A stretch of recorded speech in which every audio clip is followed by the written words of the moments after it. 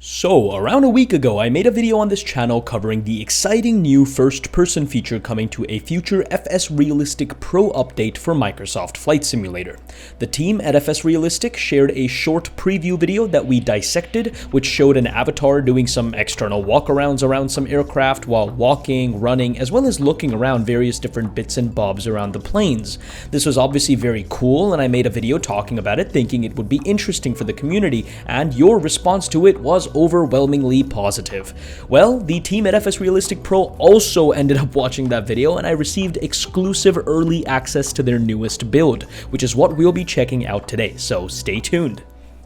What's going on, guys? Flyby Simulations here, and welcome to some exclusive content on the channel. I don't usually get an opportunity to do things like these, so I would just like to extend a hearty thank you to the team behind Fsrealistic for providing me with an early copy to do a review with. That being said though, I want to make it explicitly known that my opinions throughout this early access review / showcase are entirely going to be my very own. No one has told me to say anything nice about the product or anything, so all the opinions expressed in this video are entirely my own.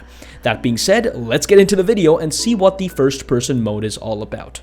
Also, oh yeah, like the video and subscribe for more flight sim content just like this. You know you gotta do some self-promotion when you're, a small YouTube channel, so might as well subscribe. Anyways, back to the video. First things first, let's talk about what Fsrealistic Pro is and what it does for those that don't know. Fsrealistic is a third-party add-on that enhances the overall realism in the sim. As you can see from this little window pane here, the list of effects, sounds, and immersion factors is literally endless. I mean, you have things from the wind noise when the flaps on your aircraft experience stress, all the way to the noise of passengers clapping when you touch down smoothly, as well as breathing of the cockpit crew when the aircraft is cold and dark and you're just waiting to get some of these systems started. It makes you feel not alone in the virtual world and gives you a little bit of purpose as you fly.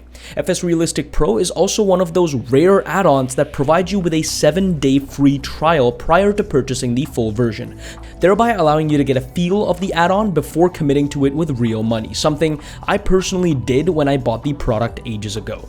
So with that all being said, the next iteration of this product, aka version 2.1.0, will bring the hotly anticipated avatar mode / first person mode. It will be a free upgrade to all those who have purchased Fsrealistic Pro before and should be coming to all of you guys early next week. At least that's what I think, that's what the dev team have told me so far. That might change, so please don't hold me to that.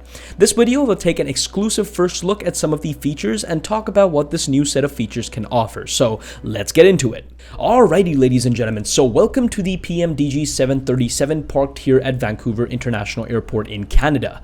Now, once you activate Fsrealistic Pro for the first time, it should automatically start up when you start up the sim. It does open in a separate window, so go ahead and navigate to it, and here you have all those effects we spoke about a little earlier. We'll come to this panel in just a second, but for today's video showcase, let's navigate over to the avatar window, and voila! This is what we'll have to play with. As you can see right off the bat, this is an experimental feature, meaning there might be bugs, there might be a few problems, which we will get to near the end of the video, but yeah, just want to point that out.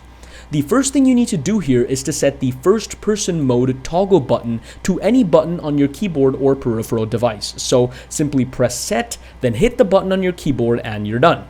Now, the team have provided a quick and nifty little keybind instruction guide toward the bottom here, but you'll get a good idea of how it works pretty soon.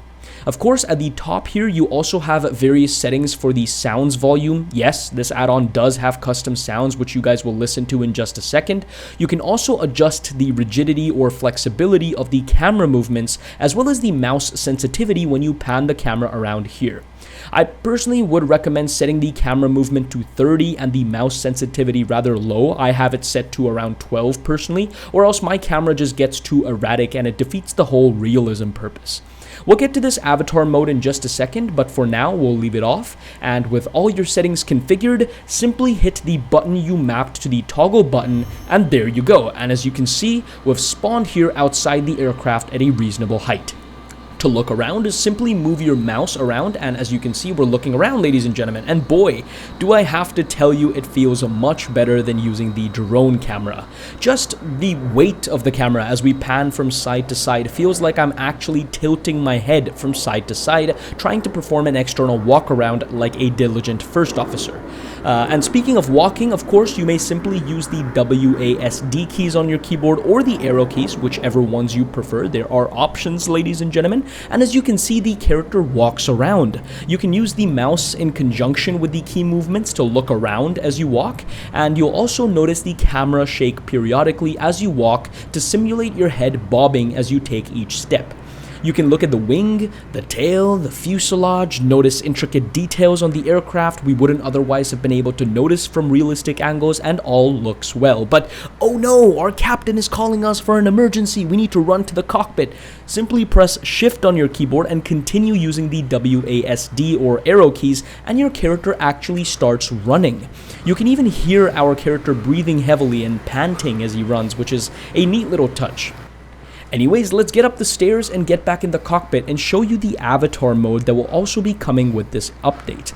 Now, as you can see, when I try walking up the stairs, I basically walk straight through it. And that's one limitation of this add-on. It doesn't do too well with elevation. So you might need to use your mouse wheel and scroll it up as you walk up the stairs to simulate walking up the stairs. It's a little scrappy, I know, but it's a known limitation and the team will try and improve it with time. At least that's what the dev team have told me from the conversations I've had with them so far. So it's a known issue, which means the team know that it exists. It's not like it's an unknown thing. They are trying to work on it, and I'm sure future iterations of this update and add-on will make this feature better. So now that we're in the cockpit, let's take a look at the avatar mode. Now, this is essentially just third-person mode. So super quick, just enable this show avatar setting and click the same toggle you did for third-person view, and as you can see, our first-person character is now the back of someone's head, who constantly has his hands to the side like he's looking down on his own magic kingdom. I think the team at Fsrealistic might need to change the model or provide some sort of realistic animation to this avatar's hands and arms, but the principle remains the same here, guys. Instead of a first-person view, you can use the same keybinds mentioned before and move this character around in third person. Not only this, but you can even cycle between a selection of both male and female avatars with and without uniforms from different ethnicities. However, currently there aren't any animations for running nor for walking, as you guys can see in the background here, so it's just a mannequin or stick figure. So I personally like using first-person mode much better. It's also consistent with actually flying the aircraft because you usually pretend as if you're the pilot in first person anyway. However, I'm sure the team will continue to work on this feature and enhance it with time, as mentioned before. Finally, let's talk about the flashlight feature here. So going back to the main Fsrealistic menu, you can assign another keybind to activate the flashlight, just like we did for the main toggle button. Then at night, obviously, clicking that button activates a neat little flashlight. This is awesome. Honestly, no other words. Definitely can't even do this in drone camera view as far as I know, and it definitely adds a whole new layer of immersion to simulating a first officer's duties. You can inspect various features of the aircraft in the dark, and the potential this feature may have for spooky aviation cinematics are endless. Does this mean that I might make a spooky cinematic? Well, who knows? Subscribe to the channel and have your popcorn ready. That's all I'm saying. And that's about it, guys. That was a quick little feature showcase of the all-new first-person and third-person mode coming to Fsrealistic Pro, which should be coming to the simulator hopefully sometime next week. Again, don't hold me to that date, please. I personally love this feature, and though many may argue that the same can be accomplished using drone view, you simply don't get that sense of scale and weight that you get when walking around or slowly tilting your head like you do with this add-on. Like I said in my previous video, it's like VR for those of us not on VR. You truly get to appreciate the nuances and intricacies of the exteriors of both large and small aircraft, which is great to see. Now, I must say that the add-on does have some known issues, and as we saw, it's far from perfect. I definitely feel the avatar mode needs improvement, and there are a few other housekeeping items that the team needs to keep working on, like drops in FPS in certain situations that I experienced while using the feature, as well as the problems with understanding elevation, like when we tried going going up the stairs, but overall I feel it shows a lot of promise, and I can't wait to unlock my creative potential on this channel with this add-on, and that spooky cinematic might just be coming. If you guys enjoyed this video, do make sure to give the video a like and subscribe to the channel for more such product reviews, as well as everything to do with the world of flight sim. With that all said, thanks for flying by.